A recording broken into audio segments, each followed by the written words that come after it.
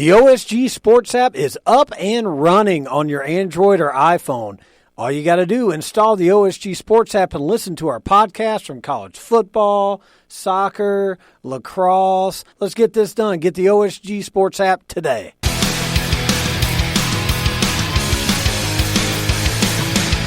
What makes college football special? It's the rivalries and trophy games, from the brass lantern to the oil can. It's college football's rivalries and trophy games. Here's your host, the online sports guys. Tommy Palmer, thanks. We're glad you're listening to our podcast on our host site Spreaker, Spotify, SoundCloud, Stitcher Radio, barnburner.ca, or on the OSG phone app on your Apple or Android device. This week, it's the Sunflower Showdown between Kansas and Kansas State. Later, we will be joined by the voice of the K-State Wildcats, Wyatt Thompson. Also, this rivalry is known as Deeper Than Hate. Georgia Southern and number 20 Appalachian State go at it in Boone, North Carolina. Russ Brown from the Georgia Southern Sports Network joins us for that one. Later, John Nelson tours the Division II rivalry. Saturday, the Gannon Knights take on the Mercyhurst Lakers for the Niagara Cup. And John is joined by Jack Quinn, the voice of the Gannon Knights. And the battle for the Sledge is on the line in Marshall, Minnesota, as Southwest Minnesota State hosts Winona State. Ryan Rohlik, the voice of the SMSU Mustangs, joins John to educate us on the Sledge. Plus, it's the Turnpike Tussle in Emporia, Kansas, between Washburn and Emporia State. Jake Laban, the voice of the Washburn Ichabod, joins John Nelson later in the show. Let's begin with a rivalry that was once known as the world's largest outdoor cocktail party, and basically still is. 8th-ranked Georgia and number 6 Florida butt heads for the 97th time overall, the 87th time in Jacksonville, Florida. And this rivalry has a few games that live in college football lore. There's the half 100 game in 1995 in Athens, the 4th and dumb play in 1976, and of course, Run Lindsey Run in 1980. Gonna throw and a run, complete to the 25, to the 30, Lindsey's got 35, 40, Lindsey's got 45, 50, 45, 40, run, Lindsey, 25, 20, 50, 10, 5, Lindsey stop, Lindsey stop, Lindsey stop! I can't believe it, 92 yards, and Lindsey really got in a foot race. I broke my chair, I came right through a chair, a metal steel chair with about a 5-inch cushion. I broke it. The booth came apart. The stadium fell down. Now they do have to renovate this thing. They'll have to rebuild it now. This is incredible. You know, this game has always been called the world's greatest cocktail party. Do you know what is going to happen here tonight and up at St. Simon's and Jekyll Island and all those places where all those dog people have got these condominiums for 4 days? Man, is there going to be some property destroyed tonight. And joining us to talk about the Georgia-Florida game is Bill Shanks from the Bill Shanks Show on the Superstations.com. So how many of these world's largest outdoor cocktail parties have you been to? Well, you know, John, I took several years off because Georgia was getting their butt kicked. and said I was not going to go back because I think in 1999, I went in 97 when Georgia won, and then I think I went in 1999, and I had some Florida fans try to incite me to fight with their boisterous clapping thing that they do, going up and down. And I said, I'll never go back until Georgia can win 2 in a row. Well, I extended that, and it was several years ago before I went back. And now I enjoy going back because my buddies and I go down and have a little shindig and drink milk and everything. So we have a good time. But I've been to pretty good number, and it's always a lot of fun. I'm from South Georgia, so I kind of grew up with the game. But matter of fact, I didn't even go. People think it's crazy. I didn't even go when I was a kid. I didn't go until I got to college in Athens. That was the first time I ever went to a Georgia-Florida game because I just, I experienced the week because as a kid growing up, you in South Georgia, you have people driving through all week long your town, and it was always an experience the whole week when it was Georgia-Florida week. I mean, they'll be on television in Jacksonville on Tuesday talking about people going to RV City and enjoying that experience and getting there early for the tailgating. So it's always been kind of a part of my life, but it's a big deal. I'm glad it's staying in Jacksonville. I'm not very objective when it comes to that because I'm, again, being from South, because I don't know if you know, John, but South Georgia and North Florida, they could cut us out of the states and we could be our own little state, for crying out loud. I mean, we're kind of like that, but it's a fun experience. I think everybody who's never been should go just to experience the Georgia-Florida game. Now, for somebody that outside the Southeast, casual college football fan, wants to know about the Georgia-Florida rivalry, the world's largest outdoor cocktail party, what would you say to that person? Well, it's a border rivalry, and obviously that makes it important. And any border rivalry in the Southeast is important for college football. I think you've got to, realize the history of the games, of kind of what's happened. I mean, Georgia dominated the series for many years. When I was a kid, Georgia, Florida wasn't that big of a deal because we won every year. Georgia won every year. A rivalry is more when a team goes back and forth and wins a little bit. Each team wins a little bit. When it gets one-sided, it's not as big of a rivalry. But then, obviously, when Steve Spurrier got to Gainesville, things kind of changed in the series, and it became more of a one-sided ordeal for Florida. And that wasn't very good for Georgia fans because they sure didn't enjoy the 90s. And we had those two games in Gainesville and Athens that were nightmares because that was at the height of Florida's success. And so, we had the Bellew Scott game in 1980 that obviously helped Georgia win the national championship. And we've got the dominance by Florida with Spurrier and Urban Meyer as well. And now, this decade it's been a little bit more even. Georgia's won 5 of the 9 games played so far, and hopefully it'll be 6-4. And so, it's a great rivalry. And I think, the great thing about what makes it even more special is that people from the state of Georgia go down to the Golden Isles in Brunswick and St. Simons and Sea Island, and they go down to Fernandina Beach and Amelia Island and Jacksonville Beach, and they kind of make a long week out of it. They make a long weekend out of it, and make it an event more than just the tailgating on Saturday. They have a good time, and like I said, they drink a lot of milk and enjoy themselves. So every college football game to a certain extent is an event. It's not like a one out of 162 game baseball season, but it's a different event down there. It's a different, it's on the river. It's usually good weather. It's just a special week. You have to experience it to really understand it, I think. Which I think every college football fan, even if you're not Georgia or Florida, should just experience the. But the other thing is, John, it's a neutral site, so it's 40,000 Georgia fans and 40,000 Florida fans, and half of them are drunk. Drunk on the milk, right? Yeah, that milk can get out of control in your bloodstream, John. Now, you brought up the neutral site aspect of it. There's really only 2 rivalries in the Power 5 level that are like that. A few weeks ago, we had Oklahoma and Texas and Dallas at the Cotton Bowl. We had Barry Trammell on from the Oklahoman, and he was talking about how that game is going to stay in Dallas for the foreseeable future. The other is obviously Florida and Georgia, or Georgia-Florida in your case. Georgia-Florida. In Jacksonville. And you're indicating that agreements are in place, that'll stay in Jacksonville for the foreseeable future. Both are border wars. For Oklahoma and Texas, it's more recruiting and getting noticed in the Dallas-Fort Worth Metroplex. What's the added incentive for the Georgia-Florida game in Jacksonville? Well, part of it is simply the tradition that's been there for a long time. I mean, the first time it was there was 1933.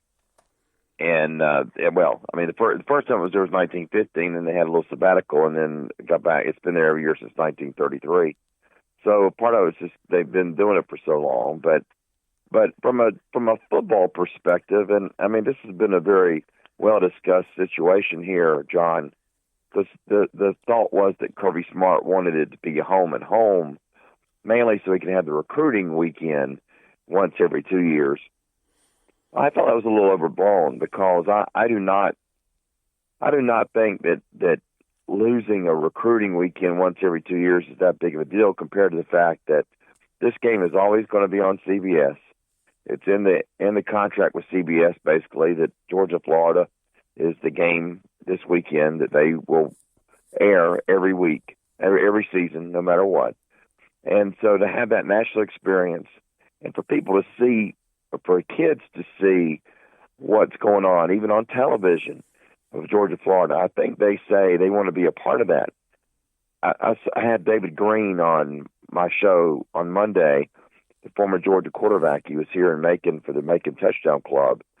And he said, when a recruit sees that telecast, he may not be there, but when he sees it on television, he sees the hoopla, he sees the event, he wants to be a part of that. And I think especially pick kids from Florida and South Georgia, they know that about a little bit already, and they want to be a part of that. And I think David's right. And so I hope it never leaves Jacksonville. I think that there is no recruiting disadvantage. I mean, they're going to petition the SEC to allow both schools to have some recruits there. I don't know if it's going to be unofficial or unofficial visits, but they're going to petition the SEC for that. I think that's a good thing for them to do because there's so many more neutral site games. If the NCAA was strong, it's a shame the NCAA could not rule that with these neutral site games that happen, whether it's the games to start the year or whatever, it should be some recruiting allowed for both teams, and I wish they would change that situation. But anyway, I don't think Georgia's at a disadvantage. I don't think Georgia's not won a national championship since 1980 because they played the game in Jacksonville and not played a home and home, and I don't think they have any recruiting disadvantages either because of playing the game in Jacksonville. So I think there's more advantages to having that kind of event every year that people talk about than any kind of disadvantage. We're talking with Bill Shanks from the Bill Shanks Show from the Superstations.com, talking Georgia, Florida, and the world's largest outdoor cocktail party. There are some really cool moments in this rivalry. I think back to 11 years ago when the entire Georgia team went down and celebrated a touchdown at Mark Richt's urging. I think of a bitter memory for you is the one time it was played in Athens and Steve Spurrier's Gators put up 100 on the Bulldogs, and I know that's a terrible memory for you. But you got to think the signature moment of this rivalry happened on November 8th, 1980, the Run Lindsay Run, and I'm sure you can recite the radio call from that game verbatim. Well, if I wasn't drunk on NyQuil, I probably would be able to, John. But, no, buck back, third down. I mean, it was a legendary call. I remember I broke my chair, a metal steel chair with about a 5-inch cushion. I broke it.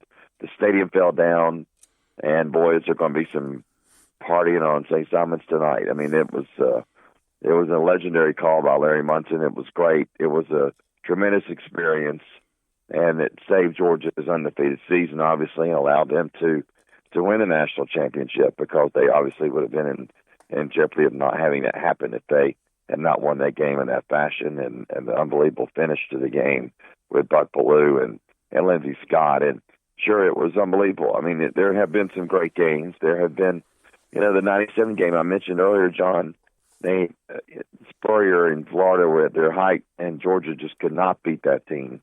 And Jim Donnan's Bulldogs and Robert Edwards beat Florida. I think it was 37-17, if I remember correctly. But it was they kind of separated at the end, and that was a huge win. It was a huge win for Jim Donnan and for Georgia. And, the game where Georgia celebrated in the end zone, I think that Mark Richt and Georgia had been defeated so many times by Urban Meyer that they were just like, we're going to take hold of this game, and we're going to not let them get any momentum. Let's just go do something like that. And, I do not believe that Mark Richt did not know about it, because I think he did, and I think you could read his lips after they did it, where he said that's a blanking message to know that was planned, and they wanted to help that win the ball game, and it did, because that was tremendous enjoyment for them and momentum, and Florida looked like they were shocked to where they couldn't even perform after that little situation. Florida got their revenge the next year when they were blowing Georgia out, and Urban Meyer called timeouts there at the end just to make them suffer through it at the end. So that's the kind of rivalry it is. I mean, it's back and forth. I mean, look, this rivalry for this weekend with Kirby Smart. Kirby lost the first one that he coached in, and then turned around the last 2 years, and obviously he's won this game, and the last 2 years really hadn't been close. And Dan Mullen knows full well that his road to success goes through Kirby Smart and the University of Georgia. And I think that Kirby Smart knows that every year his road to achieve his ultimate goal of winning a championship has got to go through Jacksonville, Florida. So this game always means that much. I mean, it really does mean a lot for this game. So, Bill, tell us where we can hear you. Well, when I do have a better voice, you can hear me on thesuperstations.com, and that's online also in the Middle Georgia area, 93.1 FM in Macon, 105.9 FM in Warner Robins, 98.3 FM in Pinehurst and South Central Georgia, and also 93.1 FM in Rochelle. So, but online, thesuperstations.com. And yes, you're playing hurt, and we appreciate you being on the podcast and giving us knowledge on the world's largest outdoor cocktail party, known as the Georgia-Florida game. Absolutely. It's always a pleasure, John. I'm sorry for my Barry White imitation, but always a pleasure to be on with you. When we come back, it's the Sunflower State Showdown in Lawrence, Kansas, as KU hosts K-State. Wyatt Thompson, the voice of the Kansas State Wildcats, joins our podcast next. Of course, if there are any tickets left for Georgia, Florida, or even KU K-State, check out SeatGiant.com. And when you check out, type in these letters, SDH. It helps you, and it helps us. That's SeatGiant.com. Saturday at Memorial Stadium in Lawrence, it's the 117th meeting between Kansas State and Kansas. Wyatt Thompson, the voice of the K-State Wildcats on the K-State Sports Network, is on the line. And Wyatt, it's been a while since the K-State-KU game has had some juice to it. And with KU coming off an improbable win last Saturday over Texas Tech, they get closer to bowl eligibility. And, of course, the Wildcats coming off that impressive win over Oklahoma. It's really been an interesting couple of weeks here for both teams, and really probably even more than that with the two new coaches. And you're right, this game, this Sunflower Showdown, probably has as much steam as it has had maybe as far back as 2008. That gives you a pretty good sense of, the anticipation. Kansas is better. Lots of things that go into this, lots of storylines for sure. Well, you brought up the coaching matchup, and it's a very intriguing one because both of them are in their first years at their schools, and both have won national championships. Les Miles at LSU, and let's just say he's kind of quirky but very successful, and obviously he's had a positive effect on Lawrence. And then you are around Chris Kleiman quite a bit at K-State, who's won multiple national titles at North Dakota State, and is maintaining the winning ways in Manhattan. What has been Coach Kleiman's approach to the rivalry? Well, you know what? The truth is that I think he respects the rivalry and what it means, but just in terms of his style, I don't think he's putting any more emphasis on it than he did, say, the Oklahoma game last week or the Texas game next week. He's pretty even keel that way. I've said in a lot of interviews this week and this fall that I've been so impressed with the way he has handled himself. He is very comfortable being Chris Kleiman, if you will.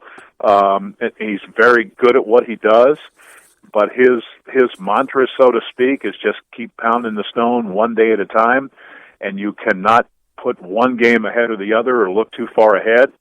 And so from that perspective, he probably hasn't played up the rivalry as maybe some other coaches would. But with that all said, I don't think there's any question. He's been told by thousands of K-Staters in the last 9 months how important this game is to Kansas State University. Of course, I read where Les Miles doesn't want to put up any bulletin board material for K-State, so he's aware of the rivalry and what it means. Well, and part of that is, John, too, is that he spent some time in the league at Oklahoma State, and you know that. He has a much better feel, probably, of the Big 12 and the history of it than maybe Coach Kleiman does, just because of his past. We're talking to Wyatt Thompson, the voice of the K-State Wildcats on the K-State Sports Network. Give our listeners a feel of what this rivalry means within the state borders of Kansas. Well, now I think it's even more, because with the Wildcats changing coaches, leaving a legendary 30-year career of Bill Snyder behind and moving into the Chris Kleiman era, that's one thing. But you look at Kansas, and this is a program that has been pretty much downtrodden for quite a while. I mentioned earlier 2008. That was back when Mark Mangino, a former K-State assistant, was coaching at Kansas and won the Big 12, or was close to winning the Big 12, and played in the Orange Bowl that one year in 2008. Mm-hmm. And so I think, with less there, the point of the story is this. Recruiting in this state has just intensified probably tenfold. But it isn't just Kansas. It's Missouri and Nebraska and Oklahoma and Texas and all of the other places that both of these schools recruit. And Coach Kleiman even mentioned at his press conference on Tuesday of this week that, hey, they recruit a lot of the same areas. They recruit a lot of the same kids. So, yeah, this game means a whole bunch. And it's, just in terms of the history of this series, it is one of the oldest west of the Mississippi, to be perfectly blunt about it. And there was a time in this where one of the games back in the 70s and another in the 80s, where both teams, frankly, were so bad, people called it the Toilet Bowl. So we've had a lot of fun with it over the years, good, bad, and otherwise. That's funny, the Toilet Bowl. Wow. Yeah, let's talk about this week's matchup. The few times I've watched K-State this year, I've been really impressed with Skylar Thompson. What impresses you what does he do that impresses you? Well, he's just really grown as a player, and in this system. He'd been basically an off-and-on starter here for a couple of years. But I've said in other interviews this week that Coach Kleiman gave him the keys to the bus, and he's driving it. He is without question the leader of this football team right now, and he's really responded with that. I think he has flourished under these coaches. His quarterback coach remains the same, Colin Klein, who played here and was a member of that 2012 Big 12 championship team for K-State. But Courtney Messingham, our offensive coordinator, has been around a long time. He's a good friend of Chris Kleiman, and I just think that in all honesty, Skylar has fit in. He's comfortable in the system very, very quickly, and he's played awfully well. I don't know that K-State would be where they're at today at 5-2, and remember now they were picked 9th in a 10-team league without Skylar. He's been awesome. On defense, K-State looks very fundamentally sound, and that defensive backfield of the Wildcats, man, they just lock down opponents, 5th nationally in pass defense. Who are some stars on that Wildcat defense we need to know about? I'd probably start with Denzel Goolsby, who basically is a 3.5-year starter here, one of our safety positions, and he's such a knowledgeable guy. He is a member of the 2019 AFCA Good Works team. He's been on the Lott Trophy watch list a year ago. I mean, you get the idea. He's played in 40-some games here. He's been around a long time. I have found him, and this is my 18th year at K-State, to be one of the most intriguing young men that I've been around in my career at Kansas State. He's just a very bright student, understands the game very well. K-State last week played really, really well against Oklahoma. That's obvious. One thing that has gone under the radar is how they tackled. They had not been a real good tackling team up until that point, and I think a lot of that started with Denzel Goolsby. He had to make a lot of big-time tackles in space and was good. The other guy I would mention would be A.J. Parker, one of our corners. A.J. is a young man from Bartlesville, Oklahoma, who really is probably undersized and undervalued, but he just plays so hard, and he's gone up against some really, really good guys. And if nothing else, he competes. He really competes in a big way. Now, Wyatt, you're in the middle of your preparation for Saturday's broadcast. What are some things about this game you're looking at as you prep? Well, here's the thing that you have to know about Kansas going in. They're more confident than they normally have been. They are better than they have normally been, and they're at home. They're not without their flaws like everybody. they've probably been better offensively than defensively. But the thing that makes them go is their new offensive coordinator, Brett Dearman, and a couple of really electric players. You look at Puka Williams, who's a 170-pound running back, but he's got what I call great wiggle. I mean, he's good inside, he's good outside, he can really run. He can be a game-changing guy. And then Carter Stanley, their quarterback, I don't know that people understand, how much experience he has. He, too, like Skyler, has flourished in their new system and has done a really, really good job. And in the last 2 or 3 weeks, he's been off the charts. So I think the game comes down to, can Kansas State slow down KU's big play capabilities? And then from the K-State perspective, can the Wildcats run like they did similarly last week against Oklahoma? If K-State can do that, I think they will win this game. So, what is the K-State campus like during KU week? Well, it's pretty electric. You have to kind of be here and get the real sense and feel of it. But a lot of people it's just the buzz. You know what I mean? The excitement level of it because of all of the things that's going on. And as I've said a couple of different times here, with the fact that KU's better and K-State is doing what they're doing, really gives more juice to this thing. And that's really, I think, what everybody is talking about. And the other, and I'm sure you can understand this, the other, I guess I'll say, in all honesty, probably the biggest issue here for K-State, if you want to call it that, is how do they, after beating Oklahoma, come down off that high and get ready to play another game this week? And I get it. That's going to be a big story, no doubt. Yes, it is. And, of course, our podcast is based in Atlanta, and so everybody's talking about Georgia, Florida. But I've got Kansas and Kansas State on my mind. I'm a child of the Big 8 Conference, Big 8 football, as well as the Southwest Conference. So this one's on my radar screen, and I'll be sitting on my couch watching KU, K-State from Lawrence, Wyatt.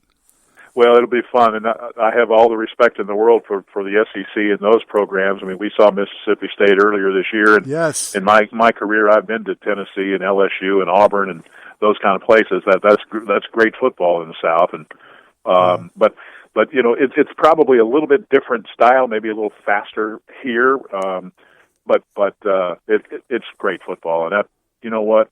This time of year where the leaves are turning and it's starting to get a little bit cooler, it's football season now, baby. Let's go enjoy these two. So, Wyatt, tell our college football fans where they can hear your broadcast. Well, we are on the K-State Sports Network. You can get us on Sirius XM. You can get us on TuneIn. Those are probably the most used all across the country. And we have, as you might expect, like a lot of major colleges, a lot of alumni all across the country. So that is pretty well used. Those would be the ones that I would point out right away. And now that we're allowed, our network has, and probably others have allowed people to radio stations to stream that too now. So if you have a favorite radio station from Kansas and you're from here and you live in Texas or Alabama or whatever, you can stream it that way. Wyatt Thompson from the K-State Sports Network. Thanks for joining the College Football Rivalries and Trophy Games podcast. We appreciate your time. Well, it was great visiting with you. I appreciate the opportunity. Thank you so much. Up next, when a football rivalry is known as deeper than hate, hey, it's a juicy one. Appalachian State and Georgia Southern is next, so keep it here. Hey, what's going on, y'all? This is Rock at the What's Up Falcons podcast, and I'm joined with my boys. My boys in the house. Where you at? Yeah. What up? Oh, gee, and we have Q, and we have Hoop in the house. Q's here, the most beloved guy in all of sports entertainment. Indeed. Hey, y'all, we want to thank everyone for listening to us, and if you want to listen to some great Falcons information, check us out on the What's Up Falcons podcast. Right, fellas? Right. Sir. Hey, we here every week, baby. We keeping it real, so check us out there on Twitter. Holla. Peace. Subscribe to the What's Up Falcons podcast on iTunes and SoundCloud. Listen to the What's Up Falcons podcast at whatsupfalcons.com. You're listening to College Football Rivalries and Trophy Games on the OSG Podcasting Network. Thursday night, it's Appalachian State and Georgia Southern, and that means some of you will hear this podcast and you already know the outcome of that game. and some of you will be lucky to not know the outcome. You'll catch it early, so we're appreciative of that. But they do play on Thursday night, and this is a rivalry that's known as Deeper Than Hate. Russ Brown from the Georgia Southern Radio Network joins me. Russ, is it that hateful?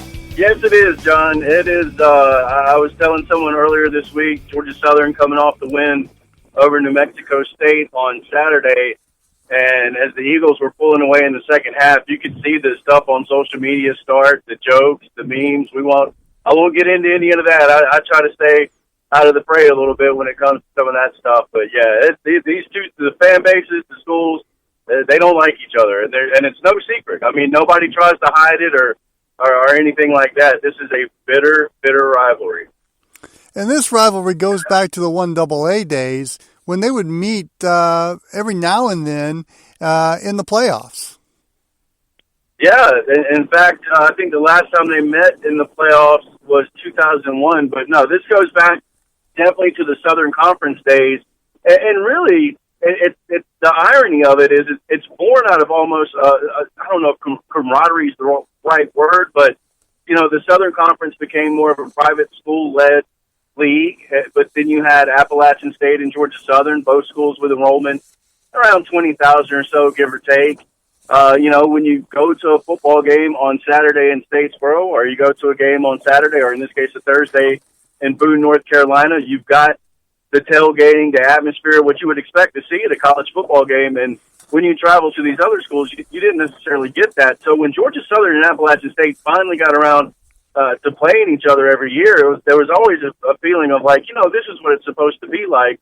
So it was kind of born out of that too. And then, of course, like any good rivalry, when these two get together, there always seems to be something on the line for somebody. 1AA days, you were talking national championships, SoCon championships. Now, these two schools have been in the Sun Belt for about 5 years now. 4 out of the last 5 Sun Belt Conference champions. It's either Georgia Southern or Appalachian State. And that's where it comes from, just kind of being similar, always having to play for something, and that's what makes it great. We're talking to Russ Brown from the Georgia Southern Radio Network. What is App State Week like on the Georgia Southern campus? Well, there's and again, I'm just reporting here. There's a lot of jokes about goats. There's a lot of jokes about hillbillies and cousins and things of that nature. Obviously, all in good fun. That's referred to as Hate Week. I mean, that's and it, again, even before the New Mexico State game ended, you could see all the memes and stuff going up on social media with the hashtag Hate Week, Hate Week, Hate Week. I mean, this is all anybody's talking about. I would imagine tomorrow, I don't know if classes are canceled or anything like that, but I would imagine a lot of people are skipping out on the afternoon and getting set to watch this game on Halloween night. And it's the game in Statesboro, Georgia, no doubt about it. So on Halloween night in Boone, North Carolina, the game's on Halloween. It is Deeper Than Hate. I can only imagine what's going to happen. You're going to be on the sidelines. You might want to wear a hard hat down there. Yeah, the students turn out for this. You know, one of the interesting things about these Thursday night games, and ever since the two schools came into the Sun Belt together back in 2014, this has been in that prime time slot.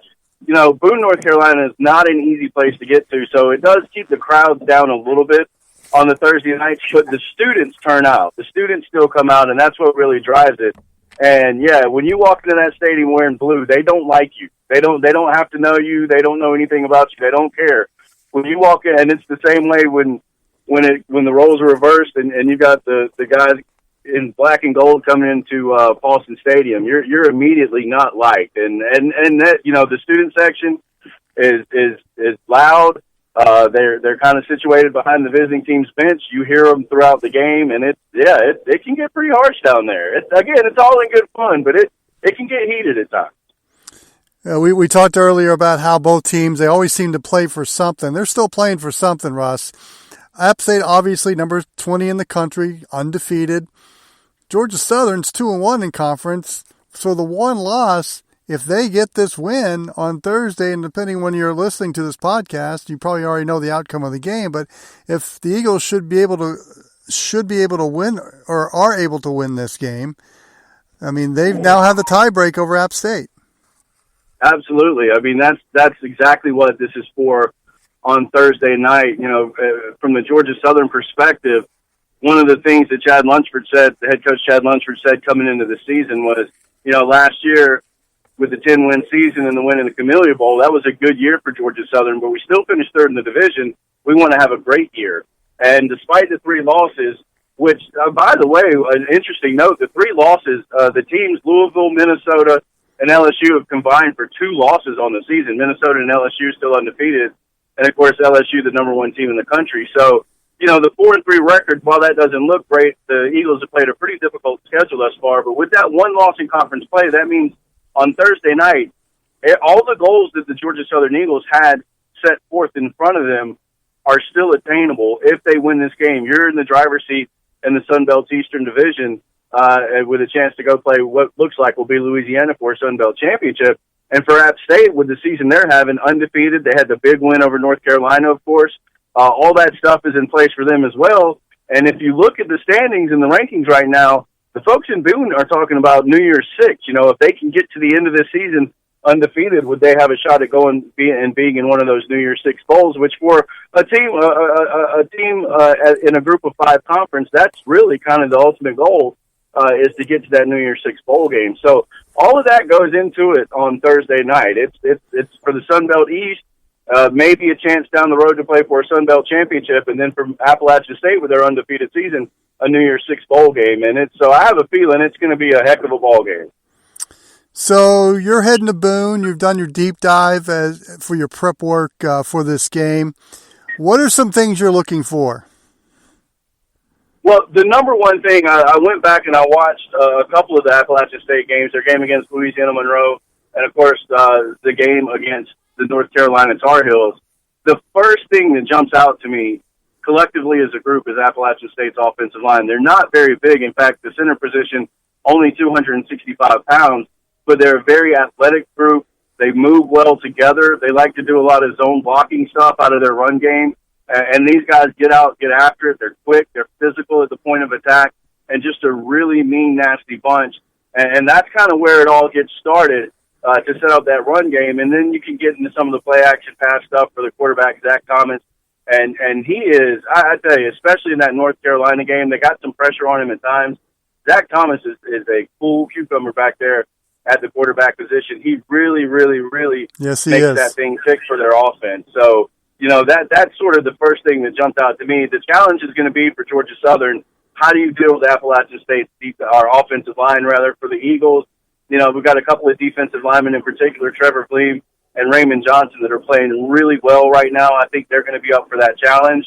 And that's really for Georgia Southern where it has to start, is slowing down that Appalachian State run game. Because, again, while Zach Thomas is a very good quarterback, Coach Drinkowitz and the Mountaineers want to run the ball first and foremost, and that's what you got to do first, is get that run game slowed down for the Mountaineers. And then for the Eagles on the offensive side of the football, you know, it hasn't been the best year offensively thus far for Georgia Southern. There's been a lot of stuff going on. You've got the Eagles are dealing with some injuries up front on the offensive line. That's still going to be a factor coming into the game on Thursday night. Shai Wertz, the quarterback, injured his shoulder in the first game against the LSU Tigers. He's back now, and he's got a couple of starts under his belt, so he's starting to get back into rhythm. You've also got at the running back position, J.D. King, a transfer from Oklahoma State, was granted eligibility sort of late in the process, so it feels like he's starting to get comfortable in this offense. And then another running back, Wesley Kennedy III, was actually suspended for the first 4 games of the season. Now he's back and has a couple games under his belt. In fact, in the last time out, had 200 yards all-purpose with a couple of rushing touchdowns, returned a punt for a touchdown. So it feels like offensively for the Eagles, everything's starting to kind of come together now, and they're really starting to hit their stride. They had the breakout game against New Mexico State where they put 41 points on the board. And that's good news, because if Georgia Southern's going to have success offensively against this Appalachian State defense, they have to be playing their best football, because you can go back and look at the scores historically in this game. Appalachian State's defense has always given Georgia Southern, not always, but most years, given Georgia Southern's offense a ton of trouble. So, Russ, where can football fans hear the App State-Georgia Southern game? Yeah, you can always listen to the Georgia Southern Radio Network on TuneIn. Just go to your TuneIn app and Google Georgia Southern, and it'll pop up for you, the Georgia Southern Sports Network. If you're listening to us in Middle Georgia, of course, you can hear it on Middle Georgia's ESPN 93.1, 98.3, and 105.9. That covers pretty much Ashburn to Forsyth on I-75. You can hear it there, and that's really the best two places to find it, John. All right, we'll be listening in, and be careful on the sidelines there in Boone, North Carolina on Thursday night. We'll do it. I was looking at the forecast this morning, and these things change and fluctuate. I'm always looking at it. By the 11 o'clock hour, they were saying it could snow, too. So that should make it even more fun if that actually happened. That would be awesome. Of course, everybody wants to know, what's your Halloween costume going to be on the sideline? Well, I have to say I don't have a Halloween costume. I thought about it, and all week long the forecast is called for about a 90% chance of rain. So I packed my frog cog suit to wear on the sidelines, and I was like, well, if I'm wearing a rain, the rain gear, nobody's going to be able to see the costume. So I decided not to do it. But what I was kicking around the idea of, and this is a shameless ploy to try to get on television. I'll admit it. Guilty as charged. But I was going to figure out who was doing play-by-play for ESPN and dress up like that person. That would be a guarantee to get you in. Yeah, that was. I'm going to make no bones about it. The whole thing was just to get on television, but I decided to pass because I more than likely will be in the rain gear, so you wouldn't have been able to see the costume anyway. Russ Brown from the Georgia Southern Sports Network. Thanks for joining us. Hey, John, I appreciate it. It's been a pleasure. Love the podcast, and hopefully we can do this again sometime. We head to Division II next in the Niagara Cup. Jack Quinn, the voice of the Gannon Knights, joins John Nelson next. The online sports guys would love to hear from you. Go to our Twitter page at OSG Sports for a comment, rant, or just whatever's on your mind about college football. Now back to college football's rivalries and trophy games. Welcome back to the OSG on CFB. It's Trophy Games and Rivalries, and time to dive into Division II again, and time to catch up with the voice of Gannon University football, Jack Quinn, to talk about the Niagara Cup. It's Gannon and Mercyhurst this week. Jack, thanks for hanging out with us on the show. No problem. Thanks for having me. Okay, so for those not familiar with Niagara Cup, I mean, obviously folks have their own rivalries. It could be an Oaken Bucket, could be a 2x4, could be a Sledgehammer, something like that. Is there actually a cup associated with it, or is that just the title? I believe there is, and you could also be a jeweled shillelagh if you could figure out what that is. You're a smarter man than I am with Notre Dame USC. No, there is. Now, it was not originally named this. Now, it's named after the flagship Niagara, which was I'll be brief with this, which was a famous ship in the War of 1812, which was largely fought here on Lake Erie. So there are a lot of things named after Niagara in this community. So I want to say about 10 years ago, which coincided with their move. Both teams moved to a new conference. They created this rivalry, and it's called the Niagara Cup. It's not like the old Oaken Bucket necessarily, wherein basically every time these two teams play in every sport, it's considered the Niagara Cup. So what has the season been like for Gannon this year, and what's the matchup looking like? What has Study Hall been like this week as we're talking and you're getting ready for the Lakers? Well, it's been an incredibly rough season for Gannon and a disappointing one. Gannon's coming off a 2-9 season. They've got 2 wins, one over Southern Connecticut State out of conference, one over Clarion, which was a surprisingly good win. But their last 2 losses have come to better teams, not great teams. Well, the second one was IUP, Indiana, who is, I believe, ranked 19th in the country, but they lost 54-14 to Cal and then 35-0 a week ago. Mercyhurst, meanwhile, they're struggling a little bit too. They're coming off a couple of losses. So this may be each team's final opportunity for a win this season. But it's been an incredibly frustrating year, I think, for both of these programs, which I'm not going to say they're expecting to, contend to make the Division II NCAA tournament, but I think they were at least hoping for winning records. So it's been rough. When it comes to this particular rivalry, like I said, here in our footprint in the Southeast, there's Southeastern Conference, there's Southern Conference, Sun Belt, American, that kind of stuff. What does this rivalry mean to that particular part of the country up there in Pennsylvania?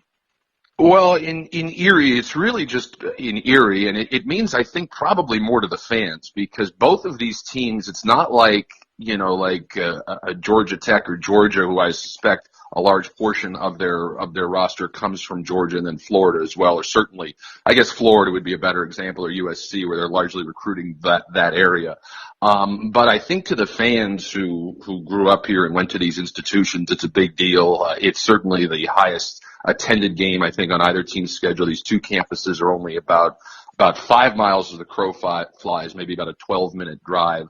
But I think it's probably a bigger deal to the fans. It's always been a friendly rivalry, which is not the case a lot of times in this conference. A lot of times, particularly when you get the kids from Pittsburgh, Indiana, University of Pennsylvania, or Cal, guys who have been jettisoned from Division I programs, you'll see a lot of chippiness and whatnot. That's not the case in this rivalry. It's very cordial. When it comes to the tailgating experience, and me being a food guy and a tailgating guy and appreciating what the lead up is to games like this, what's the tailgating experience like? Well, it's interesting because this game is at Mercyhurst, and they are more of a suburban campus in a neighborhood setting. But it's just like any other. Gannon is in downtown Erie, which is the third largest city in Pennsylvania. The people in Johnstown are claiming they have surpassed us, but they're lying. So it's very different. If you go to a game at Gannon on homecoming or when they're playing Mercyhurst, it's a lot more so in bars and establishments, and then just walking over. There are probably about 5-6 bars within 2 blocks of Gannon Stadium. Mercyhurst, it's more traditional. You got people in tents. You got people with grills. Certainly hot dogs, bratwursts, and quite frankly, you're a food guy. I am as well, but I've got to be honest. If I'm attending a game and certainly not working it, I've got to go something that's going to go easy if I'm going to have a few drinks. You can't go too spicy or anything like that for when you're in the stadium, you know what I'm saying? Yes. Yes. No, certainly do. All right, so then for a Gannon game, kind of taking it outside the purview of this particular, let's just say that either last year or next year you and I are talking. All right. Where are some of the go-to places in and around campus to go visit and get you ready and properly motivated to yell for Gannon? Let's put it that way. Well, really, if you're ever in Erie, Pennsylvania, I believe that you actually used to be a direct flight. I don't think we have it anymore from Atlanta to Erie, but there's a great place called the Tap House, a place called the Plymouth Tavern, Calamari's. I mentioned 5 within about 1 or 2 blocks. There's probably about 15 bars in downtown Erie within about 10 blocks of walking distance of Gannon's facility. So my go-to would be the Plymouth Tavern. It's kind of like the Cheers of Erie.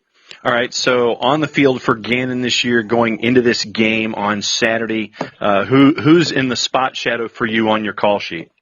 Yeah, well, Jimmy Keefe is the quarterback. He's had an up-and-down year. I mentioned that win over Clarion. He was phenomenal, but has really struggled. Gannon's really struggled with an offensive identity. Last week they had success late in the game against IUP going with 2 tight ends, but they'll open up in a spread. And it's just been sort of off kilter all season long. He threw a rough pick 7, and it's certainly not his fault that they lost 35-0, but down 14-0 in the second quarter, he threw a pick 6 where he just didn't see the linebacker, and it was a 40-yard INT return. Melvin Blanks is their running back. He's averaging over 5 yards a carry. However, he's been banged up throughout the year with sort of a nagging injury and had a couple of nice runs against IUP and then limped out a couple of times. So this team has stayed on offense relatively injury-free, which has not been the case in previous years, but they just have not really been able to establish an identity, whether that's a run, pass, spread, and then again last week we see them going with 2 tight ends. When it comes to Mercyhurst on the flip side, what's study hall been like for you this week? Yeah, well, again, and it's a lot simpler when I'm doing a team that's 10 minutes from my house is a one in Kutztown, PA, near Philadelphia. But no, Doug Altavilla is their quarterback, and he's very good. A bit of a dual threat. He doesn't have a lot of rushing yards, but he can run. And then Garrett Owens, who we're very familiar with, went to Northeast High School, is their starting running back. Now he's only averaging, I think it's like 3.2 yards a carry this season, but he's well known to everyone in this community because he is one of those local guys who went to a school that was not too terribly far away. But to be completely honest with you, the weather is supposed to be terrible. It's going to be in the 40s. It's going to be windy. It's going to be raining. And I think it's just whomever makes the fewest mistakes and special teams that may come down. If there were to be a line, I would go with the under. I was going to say, so if you had your favorite Halloween candy, if it's Reese's or whatever it is, you would basically be looking at that total and going, the meteorologist over at WICU is completely and totally correct in what he says. So the total and the under is the play, right?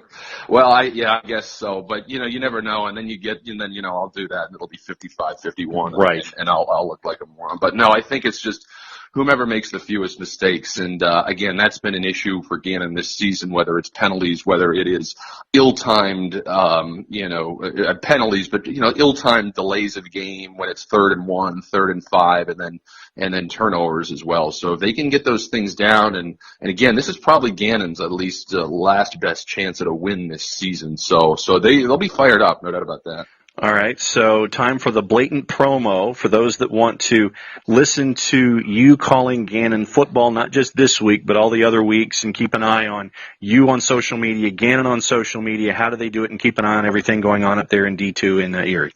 Yeah, well, thank you. You can follow me on Twitter at JQ6008. I just changed it up. I believe that's correct. Yes. And then you can listen to all of Gannon's games on the iHeart Media app, and just you can search in there Gannon, but we're on Jet Radio 1400, which is WJET, which is easy to remember. Yes. And then you can listen to all our games. Just real quick, if I could add one other thing. Go for it. This is actually a much more intense rivalry in hoops. Mercyhurst men's basketball team actually made the Elite Eight a year ago. Gannon has frequently been in the NCAA tournament, though they weren't last year. They were the year before. This gets really intense in basketball because they usually will play twice and then once again in the conference tournament in the PSAC. And there you do get a lot of local players from the area. So it's also something, as we are now, actually Gannon had an exhibition game at Indiana in Bloomington last night. So, that's something, too, if the fans are hoops fans to keep an eye on, because it gets really intense for basketball. Jack Quinn hanging out with us to break down the Niagara Cup, the voice of Gannon Athletics. It's Gannon at Mercyhurst this weekend for the Niagara Cup in Division II in the PSAC. Jack, thanks for hanging out with us on the OSG on CFB. No problem. I appreciate you having me on. When we come back, Rivalries and Trophy Games continue. It is the OSG Sports Radio Network. We'll be back in 2 and 2. The OSG app is up and running on your Android or iPhone. Install the OSG app and listen to our podcast from college football, soccer, and lacrosse. What are you waiting for? Download the OSG app today. You're listening to College Football Rivalries and Trophy Games on the OSG Podcasting Network.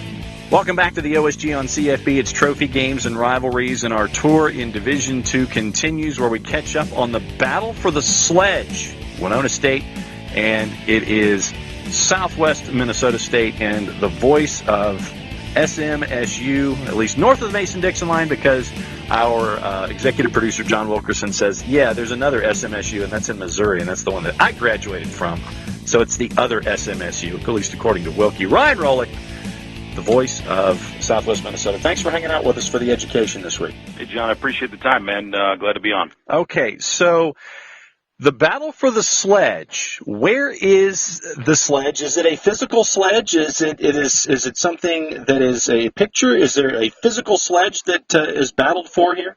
Oh, it is physical. It is a 7-foot trophy shaped in a sledgehammer, made out of straight up wood, and obviously they varnish it, buff it out, make it look extremely sweet. But they have the logos of each side of the hammer, with a warrior for Winona State and a Mustang for SMSU, and it just merely says Battle of the Sledge, and it was created by Big Athletics, which is Adidas, and they just, both head coach Tom Sawyer from Winona State and Corey Sauter from Southwest Minnesota State went and approached Big Athletics about, starting a rivalry/trophy game, and here we are with a 7-foot Paul Bunyan type sledgehammer that they battle for each year. Is this a Stanley Cup kind of a thing, where if you haven't had any part of the win, either way you're not allowed to touch it, or you don't touch it, or is pretty much anybody who can sit there and try to touch it or break through the barricades to grab this thing? Is it that kind of a situation here? It is. Each team has a trophy case at their respective university that They obviously keep it if they win, but also a pretty cool thing is they give like a commemorative MVP for each team. So whether you win or lose, one member from each team is going to receive a mini sledge, which is about a little 4.5 to 5 foot sledge that they get to keep for that MVP, which is voted on by the media from both schools and papers that cover each respective team. You vote on it after the third quarter, and then they're presented with a little ceremony before. The team gets to run and grab the sledge. They display it on a concourse at either Winona or Southwest, wherever the game is being played at, that people can take pictures with and stuff. They don't let them hold it, but they do let like parents and family and friends and even fans, whoever retains it and or wins it back, get to, handle it or whatever you want to say with that. When Southwest won the inaugural, Coach brought it up to the press box, and there was probably a line of 200 people waiting to just see this monster thing or hold it and see how heavy it was. And I'll tell you for free, it's about 200-pound trophy. It's no joke, that's for sure. So what has study hall been like for you this week, getting ready for this game and drawing up your boards? What should fans anticipate with Winona and Southwest this year? Man, I tell you, this is a unique matchup because you don't know which Southwest team is gonna be there per se, because they've played 4 quarterbacks this year. We've had 3 hurt, and all of a sudden the starter comes back. He's dealing with a shoulder impingement, so sometimes he throws, and then his shoulder pops out. He has to go to the sideline, get it popped back in. The third string right now, because the second string from training camp is still out. So I mean, it has been unique with them, and they've given Minnesota State Mankato, who is one of the top 5 teams in the country, their best game of the year by far, and actually had a chance to take a lead late in the fourth quarter, but first and goal from the 8th through an interception, and that changed the dynamic. They go down, march, and win by 15+. But beyond that, they've beaten some very good teams, but they've also led 24-0 against Bemidji State in the fourth quarter with less than 10 minutes to go and found a way to lose, which is incredible in college football. But for Winona, they're the steady Eddie. They're going to hammer you. They're going to try and run down your throat, and they're always predicated by their defense. Coach Sawyer's been there forever. It seems like he's a great guy and has his team play hard. They're younger up front, but they are huge. They have I think their smallest lineman is 6'5", over 300 pounds, but 3 of them are redshirt freshmen, and they don't miss a beat. That's just what he does, an assembly line of big offensive linemen up in Winona, and it's really going to be who has honestly better ball control, because if Southwest wins a turnover battle, they've won every game this year. But if they just kind of, they slept walk through the first half last week, and it cost them. They almost won in the end, but at the same time, it's, college football, you do that in any half, your odds of winning are not going to be high. So this Winona team has a lot to play for. They are in the region rankings came out. They're just on the outside looking in. They were 9th in the Central Region rankings. So they're definitely, besides the rivalry game, are going to be, on point for sure. And Southwest is looking to get that sledge back. They won the first one, and they've dropped the last 3 to Winona. So they're looking to get that baby back here in Marshall. What's the game experience like there at Southwest? Because I know that a lot of our listeners, they're based in the southeastern footprint, so they understand Division I and Southeastern Conference, Southern Conference, Sun Belt, that kind of a thing. What is a game day like at Southwest? It's really unique in the fact that they kind of, when they built the brand new stadium, it's a $15 million facility. They were kind of looking at the Creightons of Nebraska and stuff, and they wanted to give that bowl effect. Well, it was kind of hard to accomplish based on where they wanted to put it right next to the university. So you kind of have like a half bowl and such, but they've done a great job. I mean, there's so many suites that are sold out. There's waiting lists for people to get up there, and each suite member, I believe, gets like 75 tickets per suite. And those are sold out, and they are loaded every Saturday, no matter what kind of season Southwest is having. But tailgating is enormous. Obviously, homecoming is always a big deal, but they have something what's called Egg Bowl. That is flat out crazy here in the sticks, of where you just have a boatload of people, big machinery, and they just love it. And your fan bases are anywhere from 2,500, and I think the most was a couple homecoming games a couple years ago, probably around 6,000, but that was then when number 1 Minnesota State Mankato was here. both teams. Mankato was 6-0 and Southwest was 5-1. And that was a crazy game. But there's a huge concourse to watch. All the Southwest fans have chairbacks. The visitors aren't so lucky. They get a couple steel bleachers and a big hill that they can sit on. But, it's a fun atmosphere. The town lights up when the Mustangs are playing. They have a live horse that runs out. Local farmers that have horses run out in front of the team when they come out to the field to get the game started. And even the opposing team finds that very entertaining because you don't see that in Division II very often. And it just kind of gets everybody revved up. Unfortunately, sometimes the opponents get just as revved up for it. I was going to say, as someone who graduated from Florida State University, and we had an Appaloosa that made its way down the center of the field, there were times where the opposing team decided that they wanted to spook the horse. Has there been anybody who's wanted to test the game day experience at Southwest yet? I think sometimes where these guys come from, the Floridas and the Texas, they get a little spooked themselves by the horse. I've seen a couple opponents be like, holy cow, there's a real horse right there. But so far, nobody's tried to spook it per se, but they, like last week when they played MSU Moorhead, they were pretty jacked when they got to see, a live animal run on the field, just kind of a different experience that you normally don't get when you play at different places. And it's a cool little thing that they've initiated the last couple of years, and the fans love it, and everybody seems to enjoy it. The horse is very cool, calm, and sits there for the national anthem after they run on the field. I mean, it's truly incredible. Ryan Rohlik hanging out with us for the education on the Battle for the Sledge, Winona State and Southwest Minnesota State this weekend here on the OSG on CFB. If I was to, or any first-timer was to come up there and make a day of a Southwest Minnesota State game, if it was Battle for the Sledge against Winona, if it was just a home game in general, what should my itinerary be?